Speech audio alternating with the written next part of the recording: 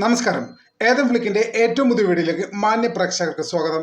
ഇന്ന് നമ്മൾ നോക്കാൻ പോകുന്നത് സെപ്റ്റംബർ 28 ഞായറാഴ്ച കേരള ബോക്സ് ഓഫീസിൽ നിലവിൽ പ്രദർശിപ്പിച്ചുകൊണ്ടിരിക്കുന്ന സിനിമകൾ നേടിയ കളക്ഷനെ കുറിച്ചും അതുപോലെ തന്നെ ഈ സിനിമകൾ എത്ര ദിവസമായി കേരള ബോക്സ് ഓഫീസിൽ പെർഫോം ചെയ്യുന്നുവെന്നും ഇത്ര ദിവസം കൊണ്ട് എത്ര രൂപയാണ് കളക്ട് ചെയ്തതെന്നും ഉള്ള കാര്യങ്ങളാണ് നമ്മൾ നോക്കാൻ പോകുന്നത്. ഒരിക്കൽ കൂടി മാന്യ പ്രേക്ഷകർക്ക് നമ്മൾ വീഡിയോയിലേക്ക് ഒരിക്കൽ കൂടി സ്വാഗതം. പ്രിയപ്പെട്ടവരെ, ചെറിയൊരു അപേക്ഷയുള്ളത്, നമ്മുടെ ചാനൽ ഇതുവരെ സബ്സ്ക്രൈബ് ചെയ്തിട്ടില്ലെങ്കിൽ ദയവായി ഉടൻ തന്നെ സബ്സ്ക്രൈബ് ചെയ്യണമെന്ന് വളരെ വിനീതമായി അപേക്ഷിക്കുകയാണ്.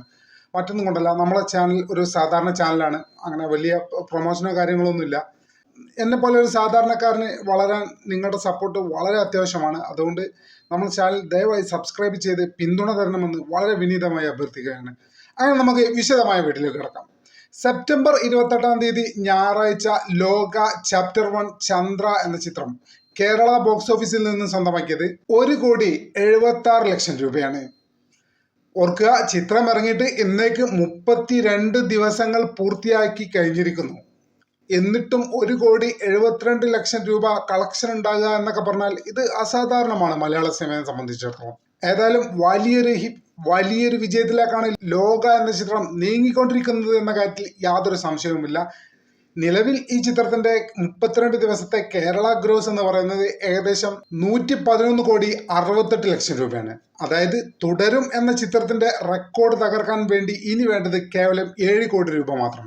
ഏതായാലും ഈ ആഴ്ചക്ക് മുമ്പായിട്ട് തന്നെ അത് സംഭവിക്കുമെന്നും മലയാളത്തിലെ എക്കാലത്തെയും എല്ലാ റെക്കോർഡുകളും സ്വന്തമായിട്ടുള്ള ഒരു ചിത്രം ലോക ചാപ്റ്റർ 1 ചന്ദ്ര എന്ന സിനിമയായി മാറുമെന്ന കാര്യത്തിലും യാതൊരു സംശയവുമില്ല.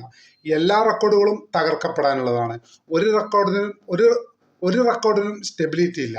ഇപ്പോൾ പുതിയ റെക്കോർഡുകൾ രചിച്ചുകൊണ്ടിരിക്കുന്ന ലോക എന്ന ചിത്രത്തിന്റെ കാര്യം പോലും അങ്ങനെയാണ്. അതുകൊണ്ട് ആരും നിരാശപ്പെടേണ്ട കാര്യമില്ല. പുതിയ വഴികൾ തുറക്കട്ടെ, പുതിയ റെക്കോർഡുകൾ പറക്കട്ടെ, ഇൻട്രസ്റ്റ് വലുതാട്ടെ. രണ്ടാമത് നമ്മൾ നോക്കാൻ പോകുന്നത് ബൾട്ടി എന്ന ചിത്രത്തെ കുറിച്ചാണ്. 28 ഞായറാഴ്ച ബൾട്ടി എന്ന ചിത്രം കേരള ബോക്സ് ഓഫീസിൽ നിന്ന് സ്വന്തമാക്കിയത് 1,27,00,000 രൂപയാണ്. വളരെ മികച്ചൊരു ഓക്യുപ്പൻസിയാണ് ഈ ചിത്രത്തിനുള്ളത്.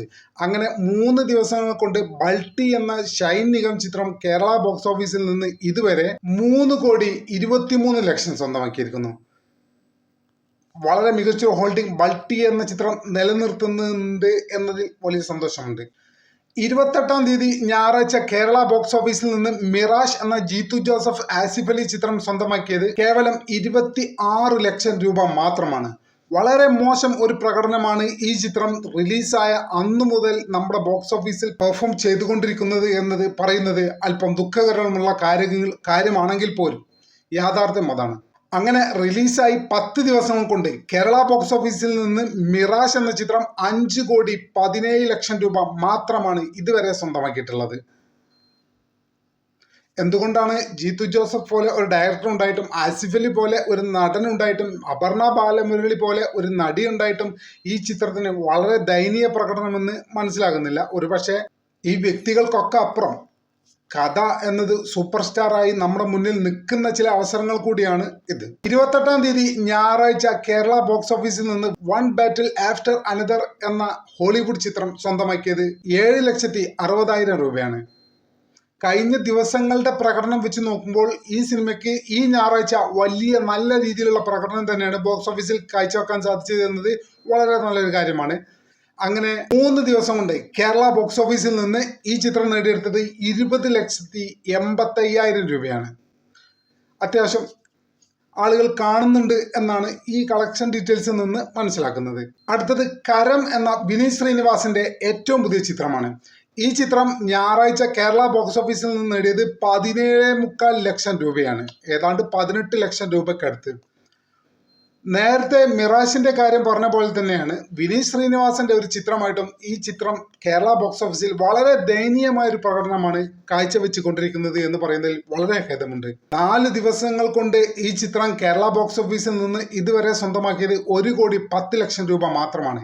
ഇങ്ങനെ പറയുമ്പോൾ പ്രേക്ഷകർ ഒരു കാര്യം മനസ്സിലാക്കുക, വിനീത് ശ്രീനിവാസൻ സംവിധാനം ചെയ്ത ഒരു ചിത്രമാണിത്.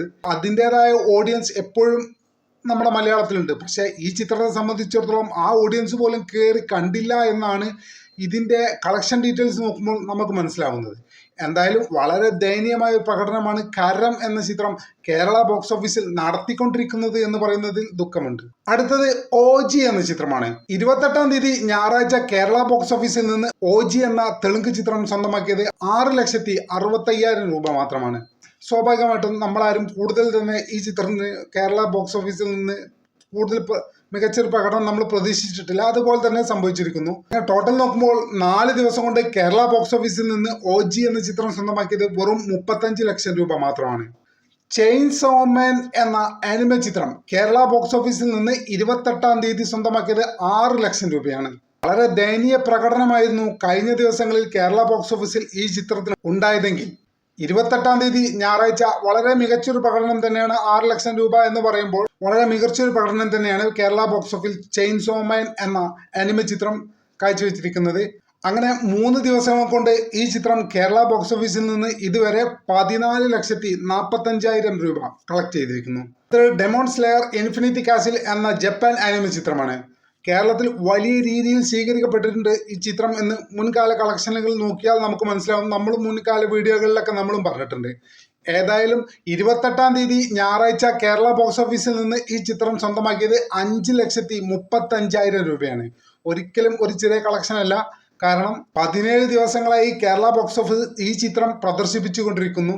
ഈ 17 ദിവസം കഴിഞ്ഞിട്ടും ഈ ചിത്രത്തിന് 5.5 ലക്ഷം രൂപയോളം കളക്ഷൻ ഉണ്ട് എന്ന് പറയുമ്പോൾ അത് ഒരിക്കലും ചെറിയ കാര്യമല്ല. അങ്ങനെ ടോട്ടലായിട്ട് കേരള ബോക്സ് ഓഫീസിൽ നിന്ന് 17 ദിവസം കൊണ്ട് ഈ ചിത്രം 5,20,00,000 സ്വന്തമാക്കിയിരിക്കുന്നു. ഒരിക്കലും ഇത് ചെറിയ കാര്യമല്ല. വലിയ വിജയം തന്നെയാണ് ഡെമോൺ സ്ലെയർ കേരള ബോക്സ് ഓഫീസിൽ നിന്ന് ഇപ്പോൾ നേടിയിരിക്കുന്നത്. ഹൃദയപൂർവ്വം എന്ന ചിത്രം നിലവിൽ OTT സ്ട്രീമിംഗ് ആരംഭിച്ചിട്ടുണ്ട്. എങ്കിൽ പോലും ചില സെന്ററുകളിൽ, പ്രത്യേകിച്ച് മൾട്ടിപ്ലക്സ് സെന്ററുകളിൽ ഇപ്പോഴും ഹൃദയപൂർവ്വം എന്ന ചിത്രം പ്രദർശനം നടക്കുന്നുണ്ട്. കഴിഞ്ഞ ദിവസം 28-ാം തീയതി കേരള ബോക്സ് ഓഫീസിൽ നിന്ന് ഹൃദയപൂർവ്വം എന്ന ചിത്രം സ്വന്തമാക്കിയത് 5,15 ലക്ഷം രൂപയാണ്. അങ്ങനെ 32 ദിവസങ്ങൾ കൊണ്ട് കേരള ബോക്സ് ഓഫീസിൽ നിന്ന് ഈ ചിത്രം ഏകദേശം 42,20,00,000 അടുത്തിരിക്കുന്നു. വലിയൊരു വിജയം തന്നെയാണ് ഹൃദയപൂർവ്വം കേരള ബോക്സ് ഓഫീസിൽ നിന്ന് ഉണ്ടാക്കിയതെന്ന് യാതൊരു സംശയവുമില്ല. അടുത്തത് വള എന്ന ചിത്രമാണ്. കേരള ബോക്സ് ഓഫീസിൽ വള എന്ന ചിത്രം 28-ാം തീയതി ഞായറാഴ്ച കളക്ട് ചെയ്തത് ഏകദേശം 2,22,000 രൂപ മാത്രമാണ്. വളരെ മികച്ച അഭിപ്രായങ്ങളും റിവ്യൂകളൊക്കെ ഈ ചിത്രത്തെക്കുറിച്ച് ഉണ്ടായിട്ട് പോലും എന്തുകൊണ്ടാണ് ഇത്തരമൊരു ദയനീയ പ്രകടനം തിയേറ്ററിൽ ഈ ചിത്രം കാഴ്ചവെക്കുന്നത് എന്ന് മനസ്സിലാവുന്നില്ല. എന്തായാലും 10 ദിവസങ്ങൾ കൊണ്ട് ഈ ചിത്രം കേരള ബോക്സ് ഓഫീസിൽ നിന്ന് ഇതിനോടകം തന്നെ സ്വന്തമാക്കിയത് 96 ലക്ഷം രൂപയാണ്. 1 കോടി പോലും കവർ ചെയ്തിട്ടില്ല. പോസിറ്റീവ് സിനിമയായിട്ടും എന്താണ് ഇങ്ങനെ സംഭവിച്ചതെന്ന് മനസ്സിലാവുന്നില്ല. എന്തായാലും നിലവിലെ അവസ്ഥയിൽ ലോക തന്നെയാണ് മുന്നിൽ. കഴിഞ്ഞ 1 മാസം മുന്നേ ഇറങ്ങിയ 32 ദിവസങ്ങൾ പിന്നിട്ട ലോക തന്നെയാണ് ഇപ്പോഴും കേരള ബോക്സ് ഓഫീസ് ഭരിക്കുന്നത് എന്ന കാര്യത്തിൽ യാതൊരു സംശയവുമില്ല. എങ്കിൽ ബൾട്ടി എന്ന ചിത്രം വളരെ മികച്ചൊരു കളക്ഷനുമായി ലോകക്ക് തൊട്ട് പിന്നാലെ തന്നെയുണ്ട്. അതേസമയം മിറാഷ്, കരം, വള പോലുള്ള ചിത്രങ്ങൾ വലിയ രീതിയിലാണ് നമ്മൾ നിരാശരാക്കിയത്. ചെയിൻസോ മാൻ, അതുപോലെ തന്നെ demon slayer infinity castle, one battle after another എന്നീ ചിത്രങ്ങൾ അത്യാവശ്യം നല്ല വിജയം, അതിൽ ഡെമോൺ സ്ലെയർ വലിയ വിജയം തന്നെ നമ്മുടെ കേരള ബോക്സ് ഓഫീസിൽ നിന്ന് സ്വന്തമാക്കിയിരിക്കുന്നു എന്നത് നമ്മുടെ പ്രേക്ഷകർ ഒരുപാട് മാറിയിരിക്കുന്നു. പ്രേക്ഷകർ അന്താരാഷ്ട്ര പ്രേക്ഷകരായിരിക്കുന്നു, ഇന്റർനാഷണൽ പ്രേക്ഷകരായിരിക്കുന്നു എന്നതിൻ്റെ ഏറ്റവും പുതിയ തെളിവാണ്. മറ്റൊരു വിഷയവുമായി മറ്റൊരു വീഡിയോയിൽ ഒട്ടും വൈകാതെ തന്നെ കാണാമെന്ന പ്രതീക്ഷയോടെ തൽക്കാലത്തേക്ക് ഇവിടെ പറയുന്നു. നന്ദി, നമസ്കാരം.